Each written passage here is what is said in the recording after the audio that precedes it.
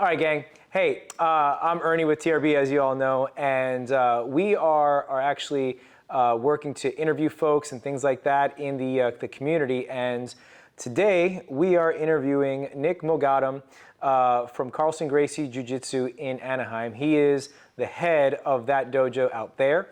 And we're having Nick on with us today to share a little bit about his experience and the things that he's accomplished. And actually, currently, Nick is the American National Ultra Heavyweight Champion in Jiu-Jitsu.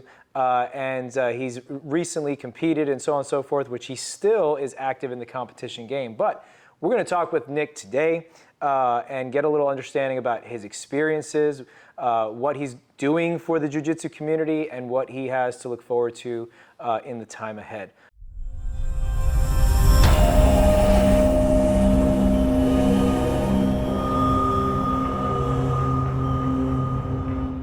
Welcome, Nick. Welcome. Why don't we talk a little bit about, give you an opportunity, because obviously you know your bio better than anyone else, but give us a little introductory about who you are, what exactly within the Jiu-Jitsu world you are involved with, and kind of give us a status report. Yeah, okay, so my name's Nick. I'm 4th degree black belt under Carlson Gracie. I have about 18 professional MMA fights, Very and cool. I run a school in Anaheim. Carlson Gracie, Carlson right? Gracie, Yep, yes, yep, okay. yes, yeah. Okay, and how long have you had that school? 10 years, and I've been the main owner for 5. Okay. Yeah. All right, very cool. Yeah. So you've been in the Jiu-Jitsu world much longer, but you've been teaching essentially full-time for about a 10-year period. Yes, yes. And if anybody knows anything about running a martial arts school, it's not easy. Yeah, it's not That's easy. not easy. Yeah, yeah. Okay. All right. Let's take it further though. As far as tell us a little bit about how your journey within Jiu-Jitsu started. Like, how long have you been training? When did you start? What got you into it, kind of thing? Okay, I'm glad you asked that. So I've always been into MMA, and I used to watch Pride Fighting Championships. Mm-hmm, Yeah, and I used to have the video game on PlayStation. And when I came home from college in 2005, I stumbled upon one of the guys in the game, Alan Goez, one of the Pride Fighting guys, and just talked to him, and he invited me to his gym. And I just got done playing Division I football in North Carolina. I was a big dude, and just wanted to stay in shape originally. It didn't really. So you played football in college? Yes, I did. Oh, yeah. D1. D1, yeah. D1 football in college. Yeah, okay. East Carolina University. Okay, that is no joke. Yeah. But continue, please. Yeah, so anyways, I met this guy, and he invited me to his gym. First day, got tapped out, was like kind of shocked. Got tapped out by a little guy, and I was like kind of amazed by the sport, and right. kind of went from there. Okay. Yeah. And so you continued to train with him, and I continued to train with him, and then I started Muay Thai around the same time. Okay. And the gym that we were currently at had like smoker fights every weekend. oh, those are fun. Yeah, so I hopped in on that too, and the Muay Thai and the Jiu-Jitsu kind of started both at the same time. Mm-hmm. But like I think I started fighting within the first 2 months of joining the gym. Fighting competitively or just fighting in general? In the smoker fights. Okay, yeah. So I guess you could say competing. Well, of course, yeah. Yeah, and it was tough, and it humbled me, and that's how I kind of got into it. Right. Yeah. Now, I mean, when you say smoker fights, I know what you're talking about, right? But the general masses may not. Now, smoker fights, I'll let you do this, but tell us a little bit, what exactly is a smoker fight so people understand what that means? Unsanctioned, unlicensed boxing or kickboxing fight, unregulated, that your gym would throw over the weekend and sell tickets to and make money. Yeah, which is illegal, but most gyms do it. I'm not telling anybody. Yeah. But now with smoker fights, and I remember this back in the day, from time to time, maybe there were some grudge matches, or maybe you had a beef with somebody in the gym or something like that. Are they hashed out in smoker fights? Yeah, sometimes the people just really don't like each other enough, or they just hate each other forever. That's happened. Yeah. Our former gym boss actually used to let us fight If you had a conflict with anybody at the gym, you got to go handle it in the ring. Yeah. Yeah. I think that's great, by the way. Yeah. Because, and correct me if I'm wrong, but say you have an issue with another guy at the gym, you fight it out, or you do your smoker fight, you get whatever it is out, and the beef is done. Most times. For the winner. For the winner. I don't know. Maybe I'm a little older, but usually, for both guys, we got an understanding. Somebody won, somebody lost. Fine. Move on. Yes, but there's always sore losers, right? Of course. Yeah. Of course. Yeah, especially if you get beat up. Of course. Yeah, or knocked out or something. That's even worse. Yes. Yeah, you probably hate that guy for the rest of your life. A little bit. Yeah, not gonna go. But in well. some cases, it does squash beef. Yeah. Yeah. I think that's really cool. Yeah.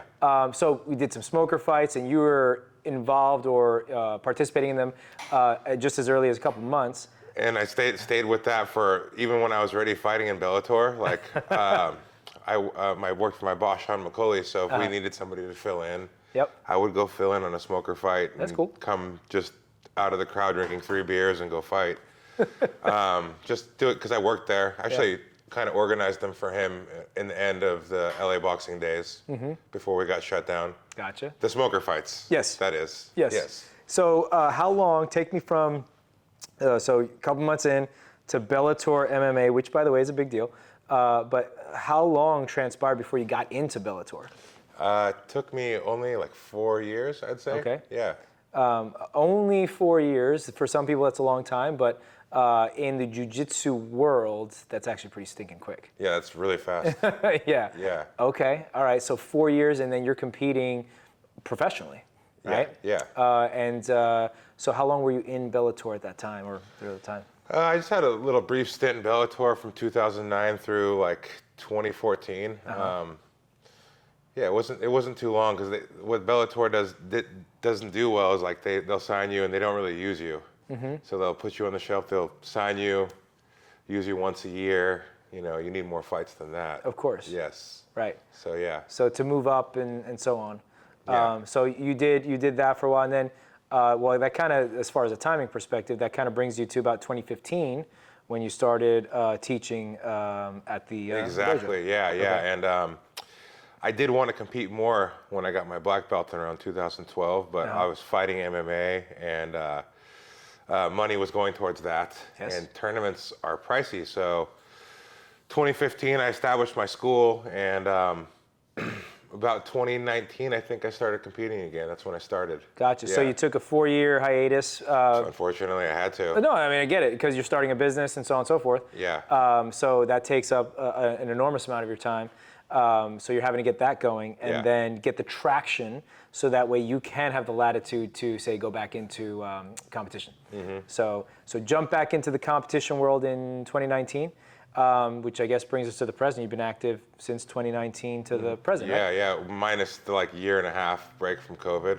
Okay. Yeah, minus that kind of Forced break, I guess? Yeah. So kind of like a 2-year break. So Okay. 2020 through 2022, that everything kind of stopped. Yeah. Yeah. I don't know if you can call it a break, because if everything stopped, it's not like you stopped. The system stopped. Oh, we were still training. I know you were still training. I don't doubt that. But I'm saying the system stopped. So it's not like you said, hey, I'm going to take a 2-year break because I choose to.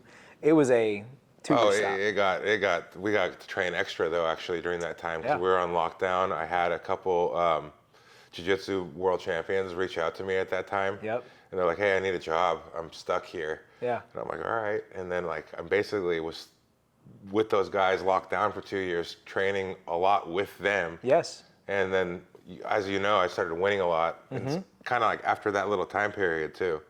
Yeah, we really got to focus. Well, that makes sense. I mean, you got a 2-year like in the lab where you're training, not competing because there's nothing out there, but you're just focusing on your game. It's like a rabid dog in a cage. Once you let it out, it's like, holy cow, what happened? You know? Yeah. So that's really cool. So then that brings you from the 2 years, 22, and then you to the present. We're here in 25, and tell us a little bit about the most recent, I guess, competition or championship that you were involved in. The Pan Am Championships was in Texas back in November. Okay. Yeah, big tournament. How big? Like, what does that mean? I would say for No-Gi Jiu-Jitsu, for the IBJJF, the event that we were competing, it's probably the second biggest tournament of the year. In the world? In the world for No-Gi, Okay. yes. Wow, okay. Yes, for our organization. Yeah. Yeah. I mean, that's a big deal. Yeah, and I think arguably the IBJJF is the biggest organization. Right. Yeah. So, and then you have guys from all over the world coming in on Texas, and they're competing. And they're fighting for their green cards, and yes, like I told you earlier, yeah. they're fighting for their meal ticket. Yeah, right? man, if they win, it's a big deal for them. They get to come to America. Yes. Yeah. Yeah. So, and if you win, you get to disallow somebody from getting into the country, right? So you're like, borders closed, right? Exactly. Okay. Well, those guys are our So friends. you're fighting for America. Yeah, but right? some of the Brazilians are our friends. I know. I'm just messing. Yeah. I'm messing, but I'm not messing. Yeah. But yeah.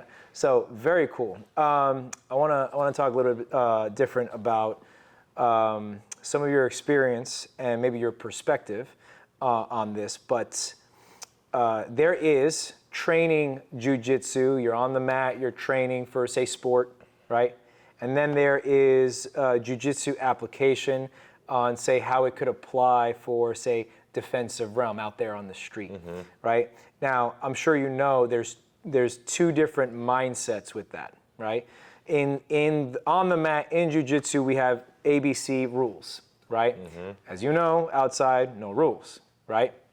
So how do you, because you have a bunch of students, how do you prepare them for both, right? And how do you, maybe you got students that come to you and say, hey, my focus is competition, when they come to you from day one.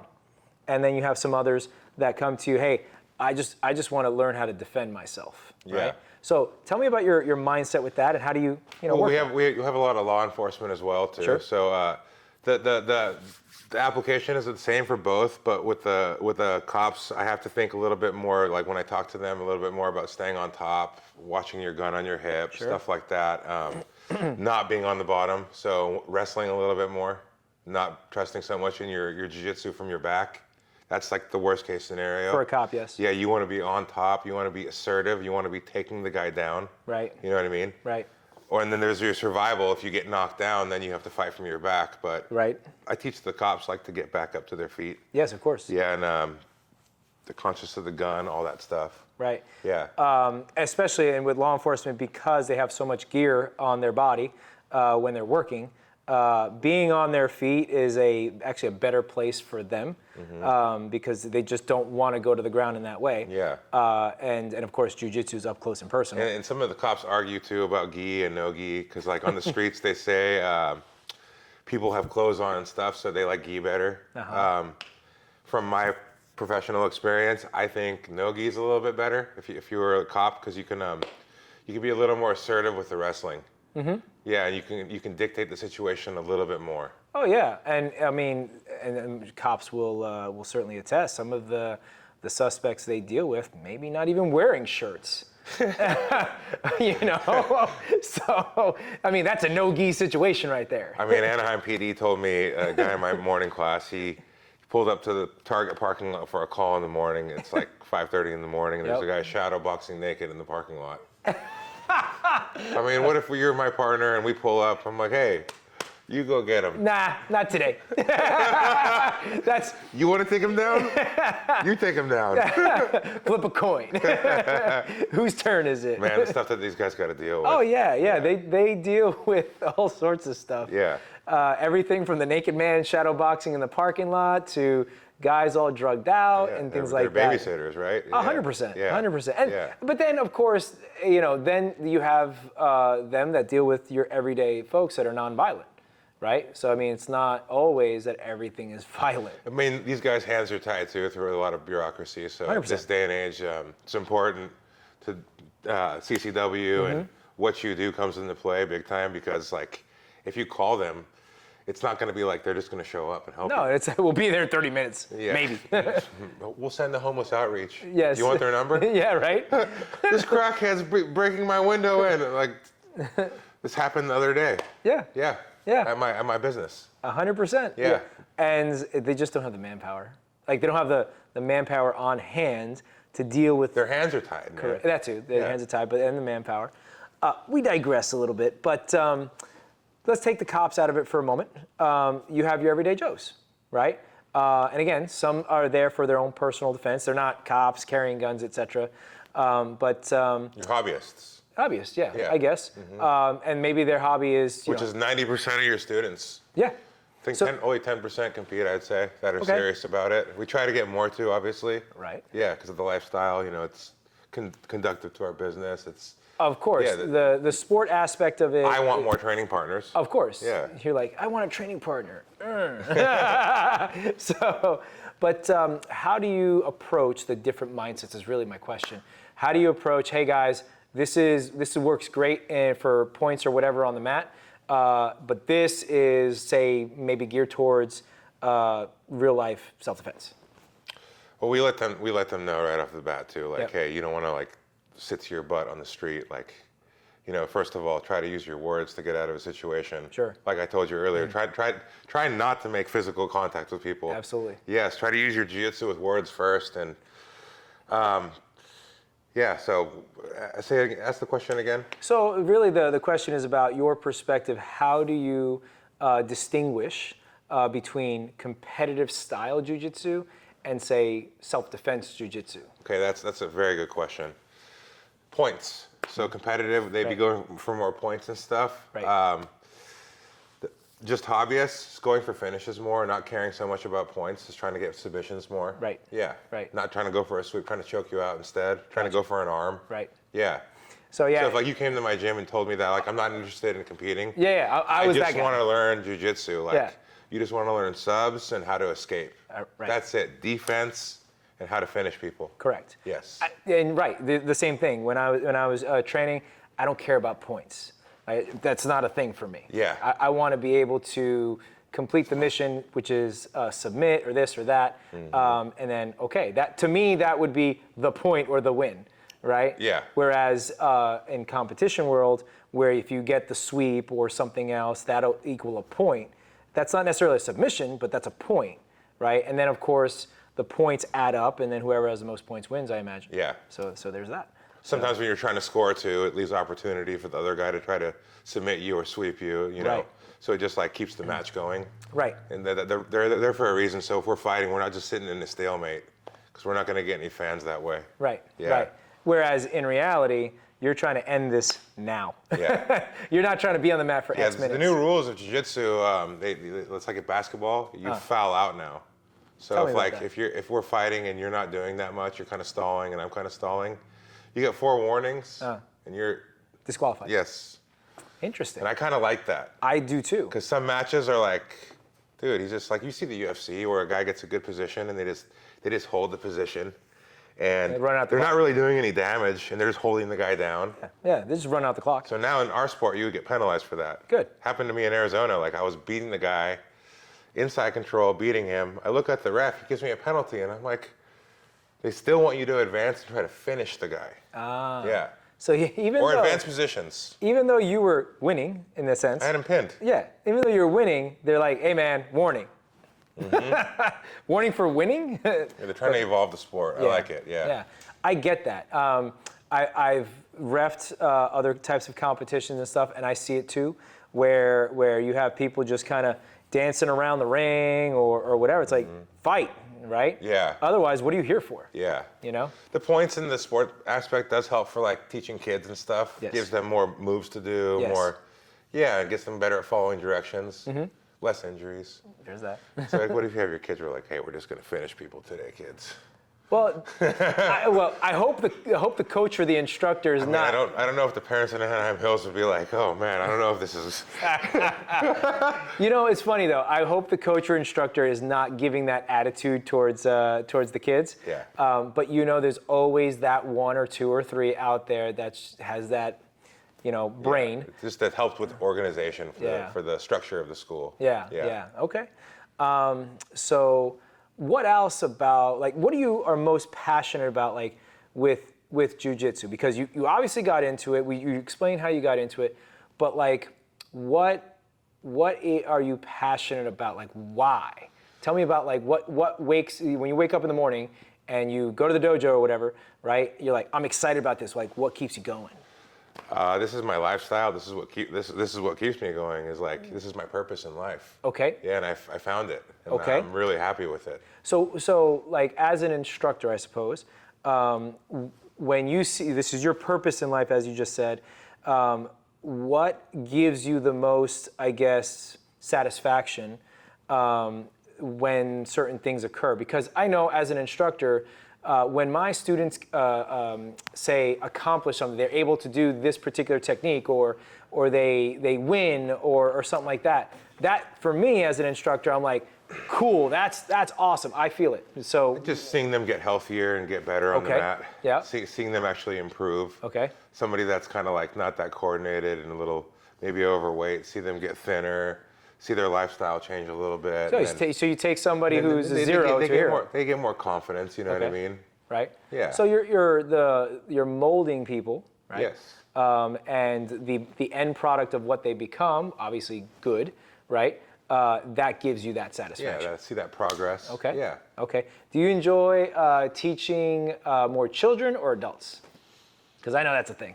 I like both. I like mean, both. yeah. Kids can be challenging though. You know what I mean? Yeah. Yeah. I know. Yeah, I like the kids. Don't get me Yeah, wrong. yeah. Sometimes they're hard though. The kids wear me out more. Yes. Yes, and I do enjoy it, but they definitely wear me out more. Yeah. Hurts my back.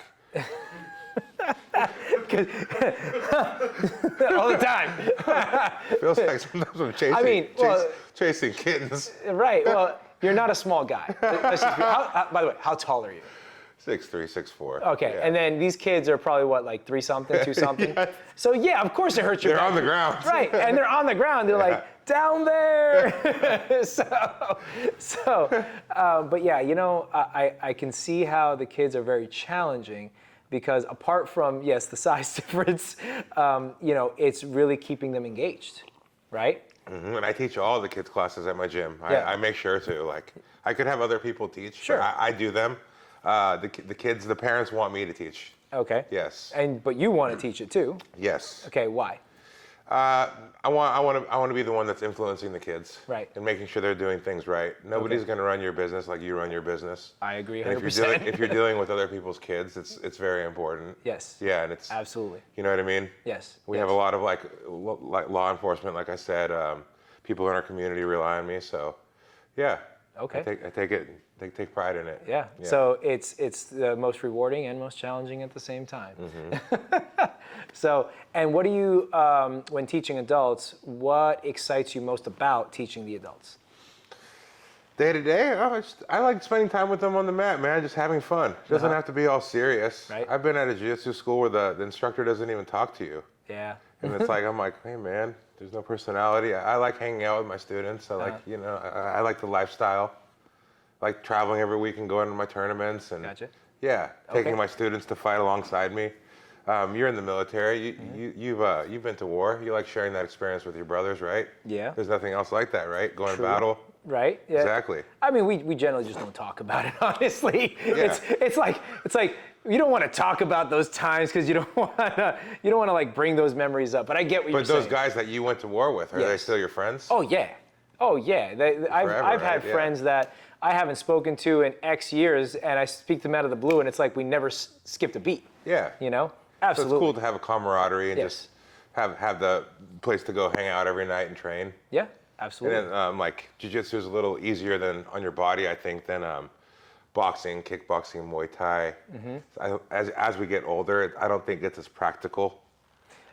Which one? The boxing and the The Muay Thai? boxing and the Muay Thai, I don't think it's as practical. Your shoulders, your body, your head taking blows. Jiu-jitsu, you can simulate a submission pretty slowly, and you can give your partner a chance to tap. You know what I mean? Right. Boxing, you're throwing. You're punching. You're knocking each other's teeth out. Yes. Yeah, and you don't know how hard that person's going to go. Right. Yeah. Right. So yeah, I mean, I could totally get it because with Muay Thai and boxing, those are striking sports where there's a lot more impact. Yeah. And by the way, I mean, not just the person receiving said impact, like the punch, there's impact on the person throwing. Right? Shoulders, elbows, Hips, wrists, everything. hands, you know what I Everything. mean? Yeah. Yeah. And I consider myself a world-class striker, but definitely like taking it easy on that stuff as I'm getting older. Like I'll hit the bag once a week and stuff like that, but you won't see me going to the boxing gym trying to be a boxer twice a week and going to sparring and stuff like that. It's not as practical from a day-to-day basis to go wake up and train and go do that. Right. I mean, if they called me to go fight, which they have recently, I think I could go bust out an 8-week camp, go to boxing twice a week and go do it. But that's not something that I want to do and make a lifestyle out of in my 40s. Oh, no. Yeah. No, I mean, it's very hard on the body. Yeah, jiu-jitsu is a little easier, depending on where you're training. Right, depends. Yeah. Well, just like anything else. I mean, like if you can make jiu-jitsu hard on the body. Let's be real. You can. Yes. But the ability to control the speed and the intensity of that is easier. A lot easier. Yeah. A lot easier. Yeah, and you can tailor your practice to it too. So if your legs are sore, you don't have to wrestle as much that day. You can play more guard. Right. Not wear your legs out so much. Right. Yeah. I get it. I get it. So it all depends, and of course, it also depends on your partner too, right? Because if you're wanting to, say you're an older guy and you got this young buck, it's like he's like go go go. This is a major topic that you're talking about right here. Oh, okay. Like this training partners, being reasonable with your training partner. Yeah. So it's like if I'm a black belt and you're a blue belt, I can't just be smashing you and stuff. Correct. So at my gym, I try to like have conversations with people about this, being reasonable. Yeah. Yes. Sounds like you've had some conversations. Yeah, and I train with you. Yes. You came and tried to like poke people's eyes out. Well, you told me to. But like when people come in the gym, you have to let them know. Like people think sparring is something else. Some people go a little too hard. And you have to tell them like, hey, chill. Yeah. Do you want to sign up for a tournament? Because you could do that there.